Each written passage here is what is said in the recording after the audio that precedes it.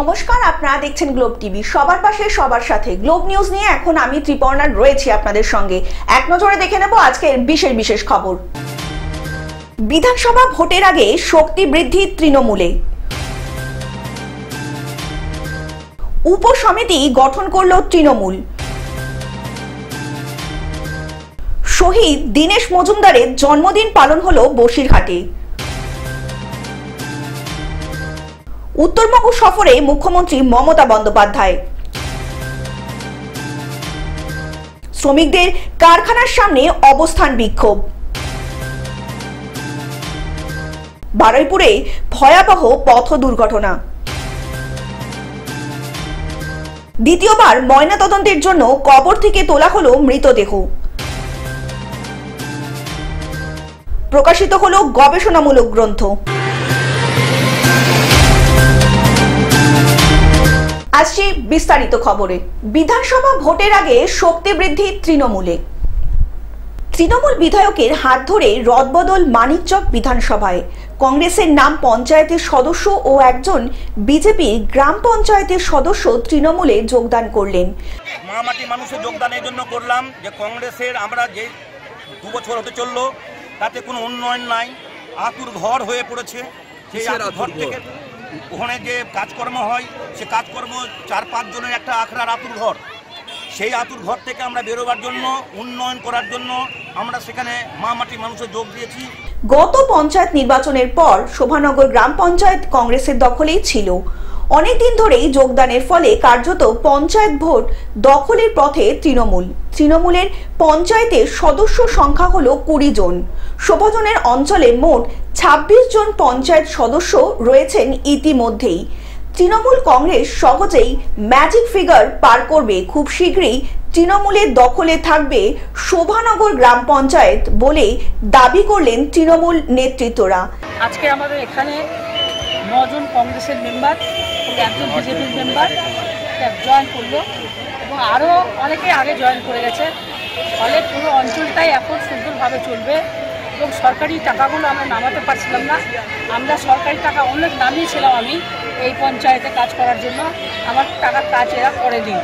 তৃণমূলের যোগদান কর্মসূচিতে মানিকচক বিধানসভার বিধায়িকার সাবিত্রী মিত্র ছাড়াও উপস্থিত ছিলেন ব্লক তৃণমূল কংগ্রেসের সভাপতি, স্থানীয় জেলা পরিষদের সদস্য জুয়েল রহমান সিদ্দিকী সহ স্থানীয় তৃণমূল নেতৃত্ববৃন্দ। রাজ্য সরকার ও রাজ্যের মুখ্যমন্ত্রী মমতা বন্দ্যোপাধ্যায়ের উন্নয়নের জোয়ারে সামিল হতেই এই যোগদান বলে দাবি তৃণমূলের সকল নেতৃত্বদের। আজকে যোগদান সভায় যোগদান করলেন শোভানগর অঞ্চল তৃণমূল কংগ্রেসের উদ্যোগে। আজকে 8 জন আইনসির মেম্বার, একজন বিজেপির মেম্বার আজকে যোগদান করলেন। এই শোভানগর অঞ্চলের সংখ্যা 26 জন সদস্যরা রয়েছেন। আজকে 8 জন কংগ্রেসের, একজন বিজেপির।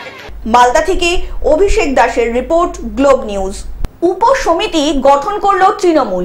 দক্ষিণ 24 পরগনার কুলপি ব্লকের বাবুরমহল গ্রাম পঞ্চায়েতে গত নির্বাচনে বিজেপি ক্ষমতায় আসে। তারপর উপসমিতি গঠনের সময় বিরাট গন্ডগোলের সৃষ্টি হয়। পরবর্তীতে বিষয়টি গড়ায় মহামান্য হাইকোর্টে। জোর জবরদস্তি করছিল তো সই করার জন্য। আমরা 6 জন ছিলাম, আমরা কেউ সই করিনি। এই এতদিন উপসমিতি কি কারণে এখনো পর্যন্ত হয়নি? আজকের যে হলো শাসক দলেরা করতে দেয়নি।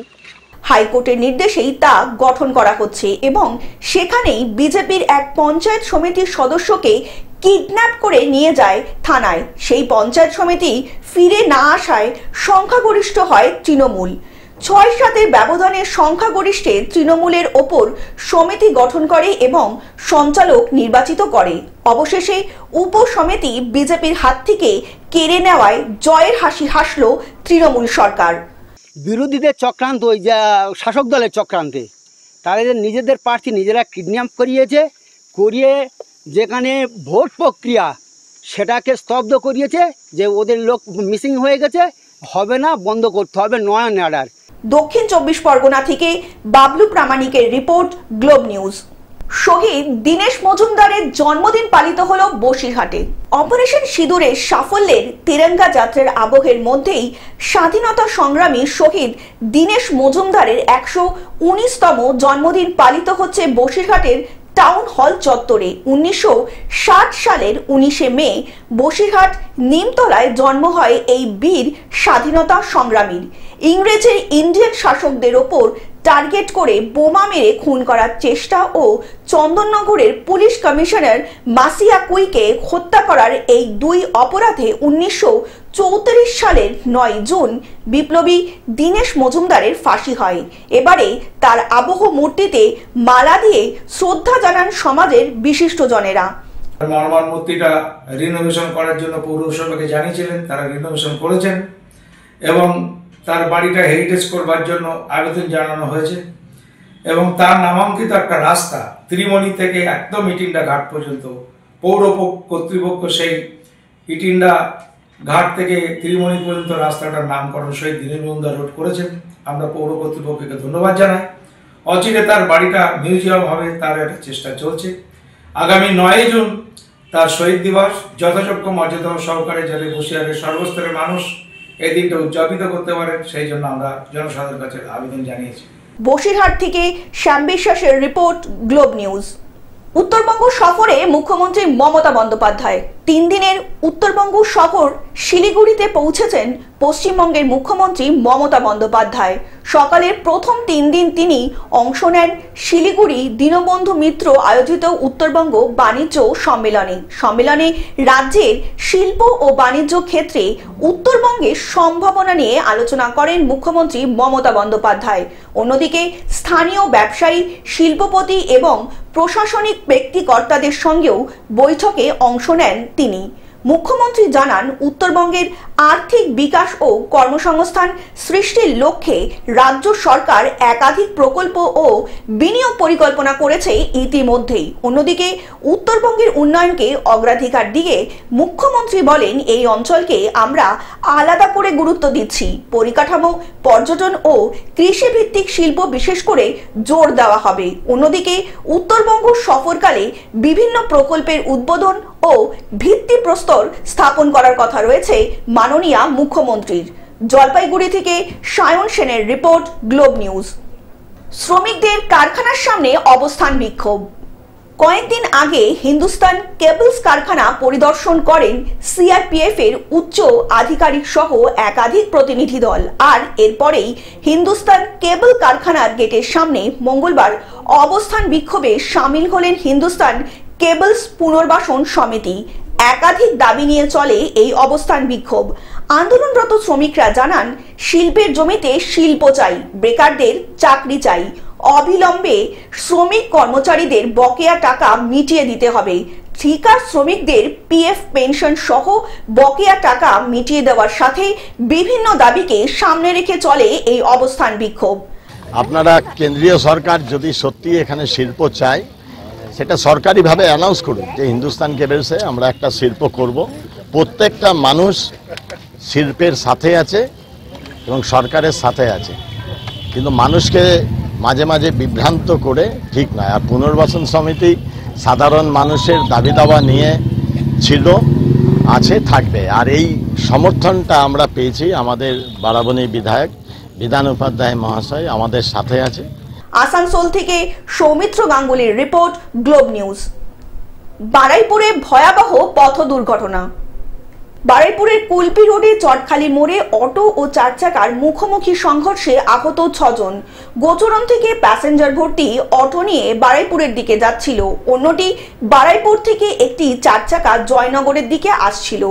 দুটি চালকের ভুল বোঝাবুঝি হয়ে সংঘর্ষের তৈরি হয়। গাড়ির আহত ব্যক্তিরা জখম অবস্থায় ভর্তি বারুইপুর মহকুমা হাসপাতালে। আপনার নাম কি?